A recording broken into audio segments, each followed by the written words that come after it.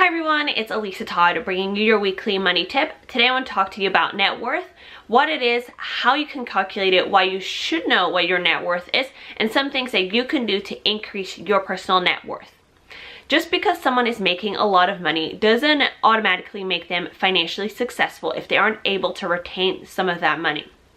One tool that you can use to measure your own financial success is your net worth statement.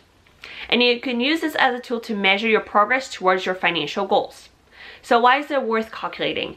Your net worth gives you a snapshot of where you currently stand in your financial situation. And like I said, you can use it to measure the success towards your financial progress.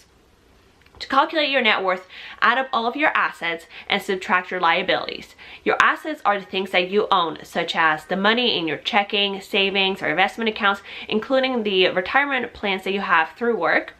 And then add all of those up. Those are your total assets.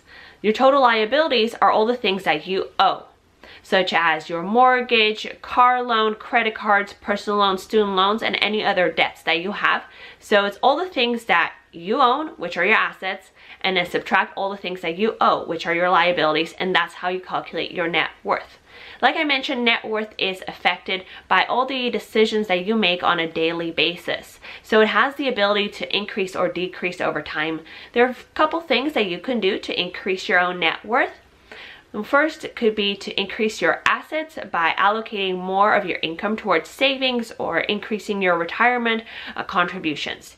You can also increase your net worth by reducing your liabilities by taking a look at your expenses, seeing if there's any that you can reduce or eliminate, or making additional debt payments throughout the year.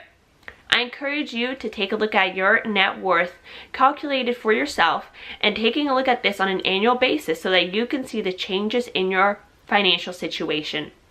So that's my money tip for this week. I hope you found that helpful. If you have any questions or topic suggestions, please do send them to me. Love to hear what some of the questions that you have that I can answer on this channel.